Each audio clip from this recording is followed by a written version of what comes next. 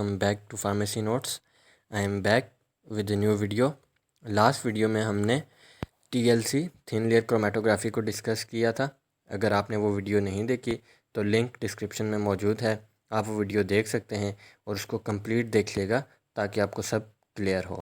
आज हम डिस्कस करेंगे पेपर क्रोमेटोग्राफी, पेपर क्रोमेटोग्राफी का principle, its applications, procedure and types of paper chromatography. तो स्टार्ट करते हैं अपनी आज की वीडियो। पेपर क्रोमेटोग्राफी हमारे पास एक क्रोमेटोग्राफी टेक्निक है जिसे हम कंपोनेंट्स को सेपरेट करते हैं फ्रॉम द मिक्सचर। इसको हम पेपर क्रोमेटोग्राफी इस वजह से कहते हैं क्योंकि हम इसमें जो सेपरेशन हो रही है ऑफ कंपोनेंट्स वो with the help of paper हो रही है। अब हम various types of papers use करते हैं। मोस्ट कॉमनली जो लैब में यूज़ होते हैं वो वर्टमैन पेपर यूज़ होता है। अदर टाइप्स इसमें हमारे पास हाइड्रोफिलिक पेपर भी होते हैं, कुछ हाइड्रोफोबिक पेपर्स भी होते हैं। एंड देन एक और हमारे पास कैटेगरी आती है जिसमें हमारे पास पेपर के ऊपर एक थिन लेयर किसी रेजिन की या हमारे पास जो सिलिका है उसकी अप्लाई की जाती है।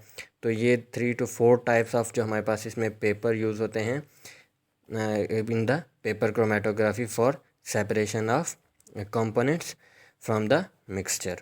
देन इट्स प्रिंसिपल हमारे पास जो पेपर क्रोमेटोग्राफी का होता है वो दो मेन टाइप्स के होते हैं। इसमें एड्जॉर्प्शन क्रोमेटोग्राफी भी हो सकता है और पार्टीशन क्रोमेटोग्राफी भी हो सकता है।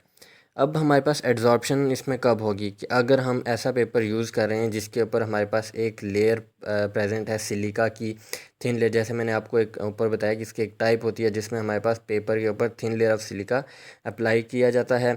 अगर उसके ऊपर thin layer of silica apply की गई है तो वो हमारे पास क्या करेगा, जैसे ही उसके ऊपर हम कंपोनेंट्स अप्लाई करेंगे और सॉल्वेंट सॉल्यूशन उस पर मूव करेगा तो वो उनको अपनी तरफ रिटेन करेगा और जो हमारे पास कंपोनेंट्स हैं वो एड्जॉर्ब हो जाएंगे ऑन सिलिका। तो इस वजह से हम इसको एड्जॉर्प्शन क्रोमेटोग्राफी भी कहते हैं।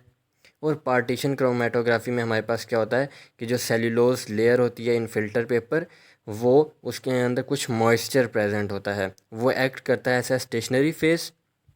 जो हमारे पास ऑर्गेनिक सॉल्वेंट्स और बफर्स होते हैं वो हम उसमें मोबाइल फेस यूज़ करते हैं। तो ऑन दैट बेसिस हम इसको पार्टीशन क्रोमेटोग्राफी में भी क्लासीफाई कर सकते हैं।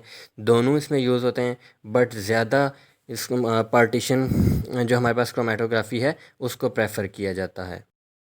अब हम डिस्कस करेंगे इसका प्रोसीजर कि लैब में हम इससे जो सेपरेशन होती है वो हम कैसे करते हैं। सबसे पहले हम अपना एक पेपर लेते हैं। पेपर पे एक साइड पे हम उसके जो है वो 1 सेंटीमीटर की लाइन लगाते हैं फ्रॉम द बॉटम। और हमने जो भी सैंपल अपना सेपरेट आउट करना होता है वो एक हो सकता है, एक से ज़्यादा हैं, वो हम उस पेपर के ऊपर उस लाइन के ऊपर अप्लाई कर देते हैं। इससे पहले ये फिगर ए में मैंने आपको शो किया है जिसमें एक लाइन लगी हुई है, उसके ऊपर आप अपना सैंपल अप्लाई कर रहे हैं।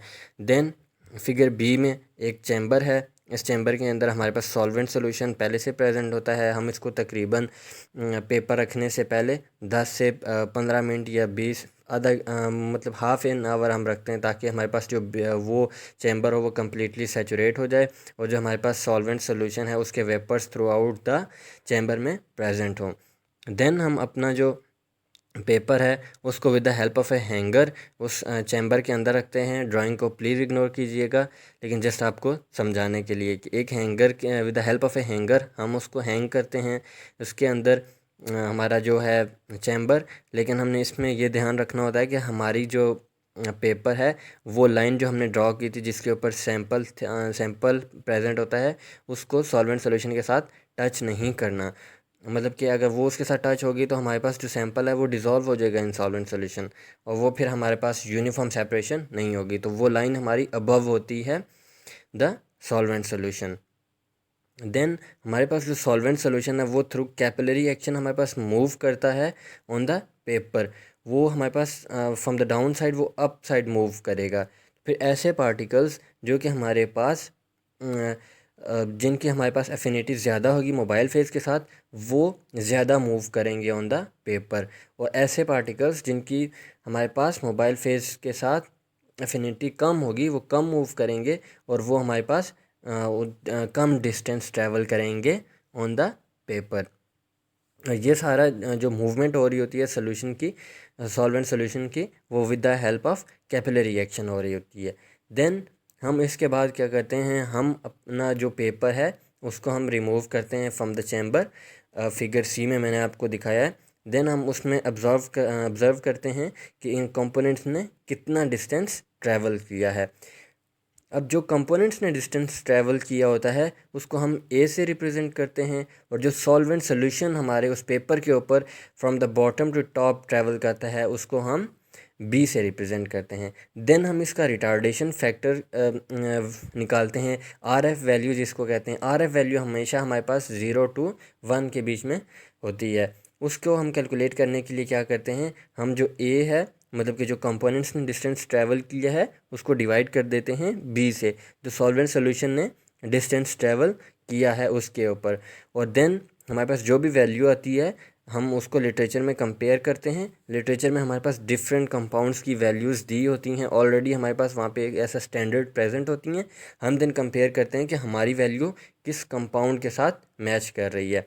अब जिस कंपाउंड से हमारी वैल्यू मैच करती है देन हम इसको आइडेंटिफाई करते हैं कि ये वाला कंपाउंड जो है वो हमारे पास ये है कि जिससे हमारी ये वैल्यू लिटरेचर में मैच हो रही है। तो ये प्रोसीजर होता है जो लैब में हम परफॉर्म करते हैं using the paper chromatography. Then next हमारे पास कौन सी टाइप्स होती हैं पेपर क्रोमेटोग्राफी की। पेपर क्रोमेटोग्राफी में हमारे पास एक असेंडिंग पेपर क्रोमेटोग्राफी होती है। ये जैसे मैंने आपको डायग्राम में शो किया है, ये हमारे पास एक असेंडिंग पेपर क्रोमेटोग्राफी की एग्जांपल है। हमारे पास जो सॉल्वेंट सॉल्यूशन है वो फ्रॉम द बॉटम मूव कर रहा है अप साइड। देन इसी तरह हमारे पास जो डिसेंडिंग पेपर क्रोमेटोग्राफी होती है वो इसके ऑपोजिट होते हैं। मतलब कि जो आपका सॉल्वेंट सॉल्यूशन है वो चैम्बर के अप साइड से नीचे की तरफ फ्लो करता है on the paper, that's why हम उसको असेंडिंग पेपर क्रोमेटोग्राफी कहते हैं। Then ascending descending paper chromatography. Ascending descending paper chromatography में क्या होता है, ये एक बेसिकली एक स्लोप सी बनी होती है। सॉरी मेरे माइंड में नहीं रहा, मैं एक जो है वो ड्रॉ कर देता, बट ये हमारे पास एक स्लोप बनी होती है। फर्स्ट जो हमारे पास सॉल्वेंट सोल्यूशन है वो अप साइड मूव करता है ऑन द पेपर।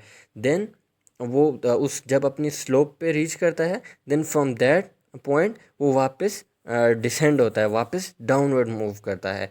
तो इस वजह से हम इसको कहते हैं ascending descending paper chromatography. Then comes the radial paper chromatography.